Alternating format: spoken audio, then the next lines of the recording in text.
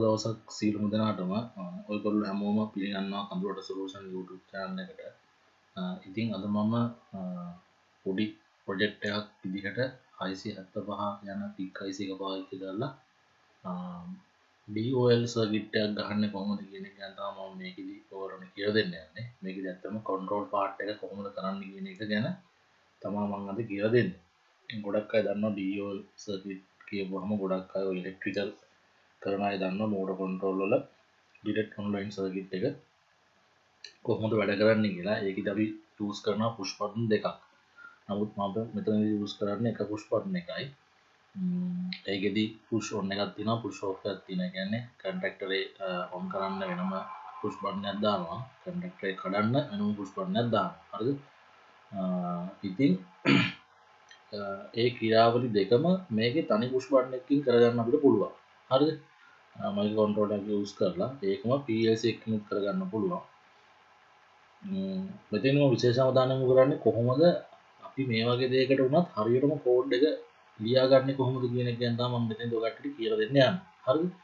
ඒ කියන්නේ අර පතරංග ජාතකයේ වගේ නැතුව කෙටි විදිහට කොහොමද කෝඩ් එකක් ලියාගන්නේ කියන එක ගැන තමයි මම කියලා දෙන්නේ. නමුත් මෙතනදී මම කෝඩ් එකේ සම්පූර්ණ විස්තරයක් ඔයගොල්ලන්ට ලබා දෙන්න යනවා. මොකද එතකොට වීඩියෝ එකේ කාලය ගොඩක් දිග වෙන හින්දා. හරිද? අපි බලමු ෂෝට් ඇන්ඩ් ස්වීට් කොහොමද මේ වැඩේ කරන්න කියලා. එතකොට මම මෙතන 675 PIC IC එක යූස් කරලා තියෙනවා. එතකොට ඒකට ඉන්පුට් සිග්නල් එකක් දීන්න මම මෙතන පුෂ් බටන් එකක් යූස් කරලා තියෙනවා. ඔයගොල්ලන්ට පේනවා මෙතන මම රිලේ එකක් සහ 230 ලැම්ප් එකකුයි අවශ්‍ය කරන සෝස් එකයි ඒ ටික සම්බන්ධ කරලා තියෙනවා. රිලේ එක ඔපරේට් වෙන්නේ NPN ට්‍රාන්සිස්ටරය හරහා.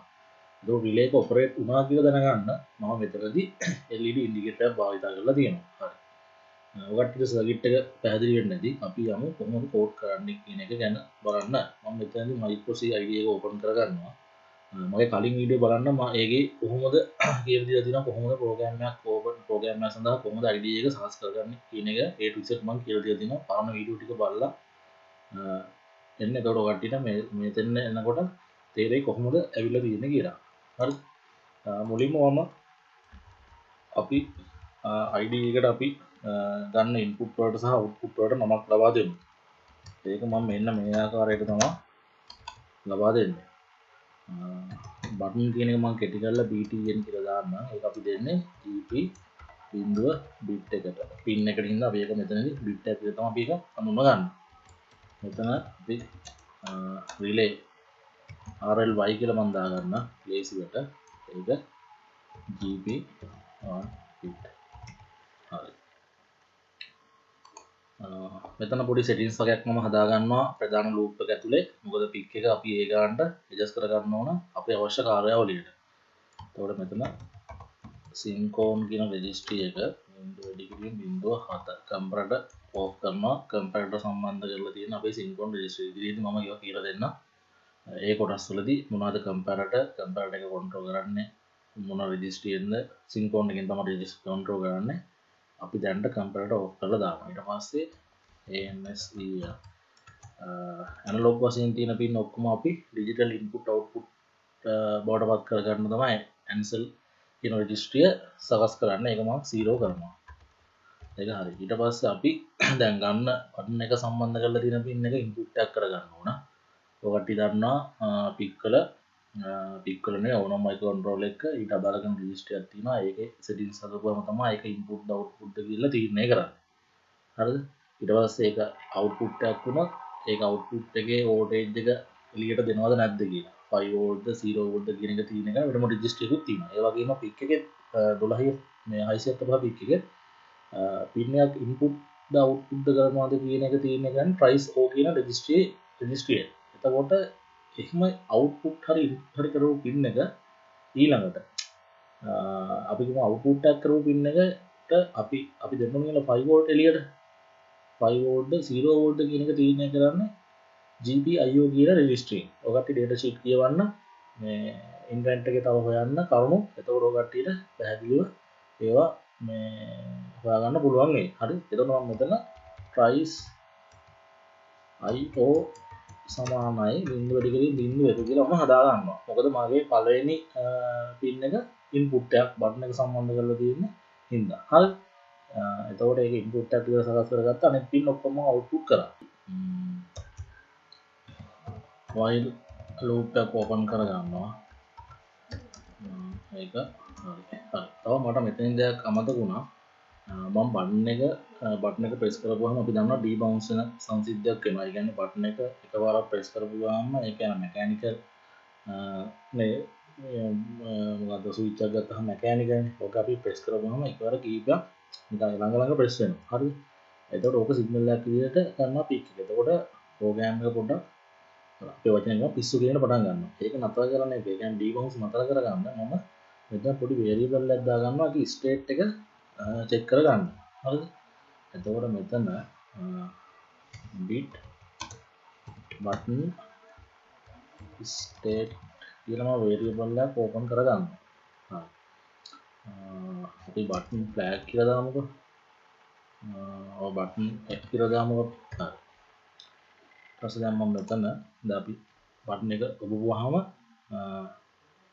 relay එක on වෙන්න ඕන. නැවත පාරක් button එක ඔබවුවාම relay එක off වෙන්න ඕන. හරි අපි දැන් බටන් එක රීඩ් කරන්න ඕනනේ. ඒ කියන්නේ බටන් එක අපි ප්‍රෙස් කරොත් තමයි පික්කයිස් එක දන්නේ හරි මෙයා ප්‍රෙස් කරා දැන් අවුට්පුට් එකක් දෙන්න ඕනේ කියලා. එතකොට මෙතනදී සර්කිට් එකේදී මම මේක කම්පයිල් කරමු පොඩ්ඩක්. දැන්ට ප්‍රෝග්‍රෑම් එකේ කිසි එරර් එකක් නැහැ. දැන් මෙතන මම සිමුලේට් කරපුවාම කට්ටියට බලා ගන්න පුළුවන්. මෙතන බටන් එකේ මෙන්න බටන් කියන තැනට 5 වෝල්ට් ඇවිල්ලා තියෙන්නේ. එතකොට බටන් එක ප්‍රෙස් කරපුවාම වෙන්නේ එතන 0 වෝල්ට් එනවා. මෙන්න මෙතන 0 වෝල්ට් එනවා. ඔකට මම මේ බටන් එක ප්‍රෙස් කරලා ලොක් කරනවා. එතකොට මෙන්න මෙතන 0 වෝල්ට්. මේ තියෙන්නේ. මෙතන 7 කියන තැන 0 වෝල්ට්. මම ලොක් එක අරපුවාම එතන 5 වෝල්ට් හැදෙනවා. හරිද? එතකොට බටන් එක ප්‍රෙස් කරා කියලා දැනගන්න මෙයා 0 වෙච්චා.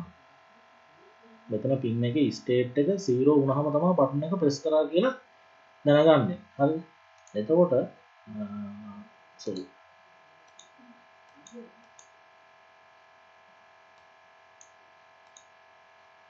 අපි මෙතන දානවා බටන් එක මෙන්න මෙහෙම දැම්මොත් හරිද? if button අපි කියමුකෝ සමානයි 1ද එහෙමද වෙන්න ඕන නෑ.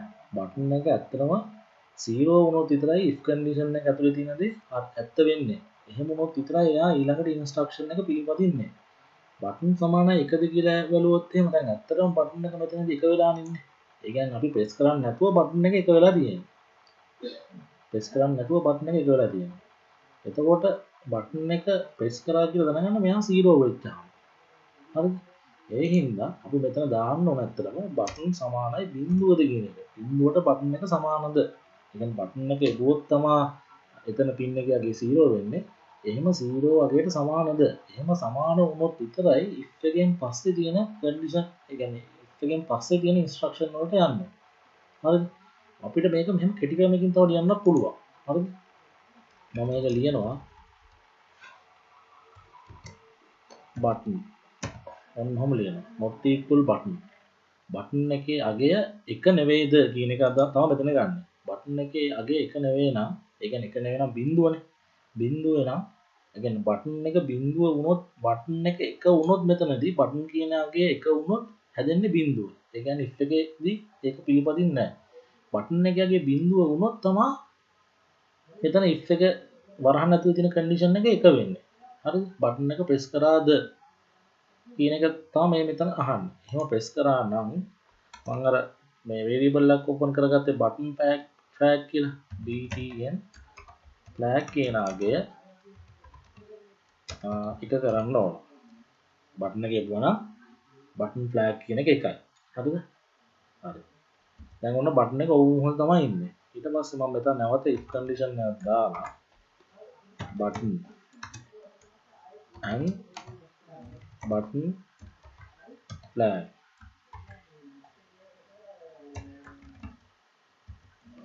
ගල්ලා තියෙන්නේ බටන් එක ඔබලා අත ගත්තද කියන අවස්ථාව චෙක් කරන එක.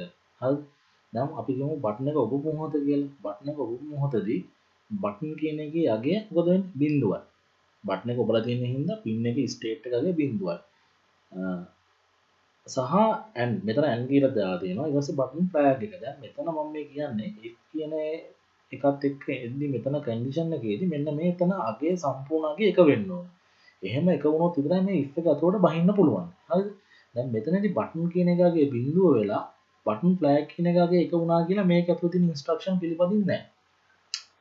පැහැදිලිද?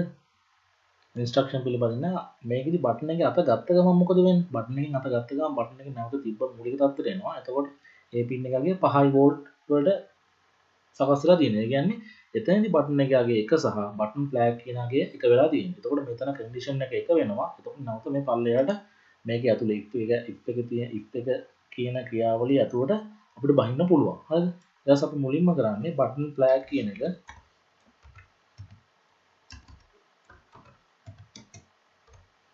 සමානයි බිඳුව කරගන්න. ඊට පස්සේ ඩිලේ මිලිසෙකන්ඩ් 50ක් තියාගමු අපි ටයිම් එක පොඩි ටයිම් එකක් තියාගමු. ඩීබවුන්ස් ටයිම් එක විදිහට අපි ඊට පස්සේ අපි බටන් එක ඔබලා අත ගත්තන් පස්සේනේ සම්පූර්ණ ක්‍රියාවලිය සිද්ධ වෙන්නේ. ඒ කියන්නේ ලෝඩ් එක ඔන් වෙන එක හෝ ඔෆ් වෙන එක වෙන්නේ බටන් එක ඔබලා අත ගත්තට පස්සේ. ඒතකොට අපි අත ගත්තට පස්සේ කියන්නේ මෙන්න මේ ලූප් මෙන්න මේ සෙට් එක ඇතුලේ දී අපි රිලේ එක ඔපරේට් කරන්න ඕන.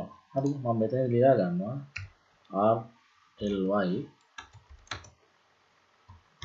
ඉන්වර්ට් අගේ දෙන්න කියනවා RLY එකේ. හරි. උත්තරයි ප්‍රෝග්‍රෑම් එක. මෙතනදි කරන් කියන්නේ රිලේ කියන එක සමාන කරන්න කියනවා රිලේ එකේ දැන් තියෙන අගේ ප්‍රතිවිරුද්ධ අගයට. හරිද? ඇත්තටම දැන් බටන් එක ඔබන්න කලින් රිලේ එක තියෙන්නේ මොන ස්ටේට් එකේද? ඒ කියන්නේ GP1 බිට් එක තියෙන්නේ 0 වල. එතකොට බටන් එක එපුවට පස්සේ මෙතනදි කියන්නේ රිලේ අගේ රිලේ කියන අගයට දෙන්න කියනවා දැන් තියෙන අගේ ප්‍රතිවිරුද්ධ දේ. බිඳුවේ ප්‍රතිවිරුද්ධ දේ 1. එකේ ප්‍රතිවිරුද්ධ දේ බිඳුව. එහෙම වෙච්චාම බටන් එක ඔබලා අත ගන්න පාසා රිලේ එකේ ස්ටේට් එක මාරු වෙනවා. හරිද? අපි මේක කම්පයිල් කරලා ප්‍රෝග්‍රෑම් එක රන් කරලා බලමු. ඔන්න මම මෙතනදී පාත් එක සකස් කරනවා මගේ ප්‍රොජෙක්ට් X ෆයිල් එකට. ඊට පස්සේ මම සිමුලේට් කරනවා. හරි. දැන් සිමුලේට් කරපුවාම ඔයගොල්ලන්ට බලා ගන්න පුළුවන්. දැන් උන්න පව ඇවිල්ලා තියෙන්නේ මේ රතු පාටින් පෙන්වන්නේ අපේ ධන ලයින් එක දුවන එක රිනෙන් පෙන්න කියන්නේ කොළ පාට ගවුම් ලයින් එක දුවන ඒවා. දැන් මම මෙතන බටන් එක ප්‍රෙස් කරනවා. ප්‍රෙස් කරපුවාම මෙන්න රිලේ එක ඔපරේට් වෙලා ලෝඩ් එක අල්ලනවා. මෙතන රිලේ එක ඔපරේට් වුණා කියලා දැනගන්න මෙතන LED එක සම්බන්ධ කරලා තියෙනවා. නැවත අපි බටන් එක ඔප්පුවාම රිලේ එක ඔෆ් වෙනවා. හරිද? එතකොට අපේ ප්‍රෝග්‍රෑම් එක සාර්ථකයි. අපි හදාගත්ත සර්කිට් එකත් සහිත අපි කරපු වැඩේ වෙනවා. ඔන්න නැවත වාරයක් මම පෙන්නනවා. බටන් එක ඔන් වෙනවා. බටන් එක ඔබවහම බටන් එක ප්‍රෙස් කරපුවාම රිලේ එක ඔන් වෙලා ලෝඩ් එක සම්බන්ධ වෙනවා. නැවත බටන් එක ප්‍රෙස් කරපුවාම රිලේ එක ඔෆ් වෙලා ලෝඩ් එක ඩිස්කනෙක්ට් වෙනවා. ඉතින් ඕක තමයි අපේ මේ වීඩියෝ ටියුටෝරියල් එකෙන් මම ඔයගොල්ලන්ට කියලා දෙන්න බලාපොරොත්තු වෙන්නේ. සමහරලාට කෝඩින් තේරෙන්නේ නැතුව ඇති. තේරෙන්නේ නැති වෙයි පොඩ්ඩක් ඉන්ටර්නෙට් එක යූස් කරලා මයික්‍රෝ C වල ඉන්ස්ට්‍රක්ෂන් කොහොමද වැඩ කරන්නේ කියන එක ගැන පොඩි අවබෝධයක් ලබා ගන්න. ඔයගොල්ලන්ට මේ වගේ ඇඩ්වාන්ස් විදිහට ප්‍රෝග්‍රෑමින් කෝඩ් ඉගෙන ගන්න, ලියන්න සහ ප්‍රොජෙක්ට් නිර්මාණය කරගන්න කැමති නම් මම ක්ලාස් වගේක් පටන් ගන්න තියෙනවා, කරගෙන යනවා. මම පල්ලෙහා ඩිස්ක්‍රිප්ෂන් එකේ දාන්නම් මගේ ටෙලිෆෝන් නම්බරේ. එමොත් කතා කරලා එහෙම පන්තිවලට සහභාගී වෙන්න පුළුවන්. මම කිසිම ක්ලාස් එකක් ඔන්ලයින් කරන්නේ නැහැ. ඉතින් ඔයගොල්ලන්ට සුබ දවසක්. නැවත මේ වගේ වීඩියෝ එකකින් හම්බ වෙමු.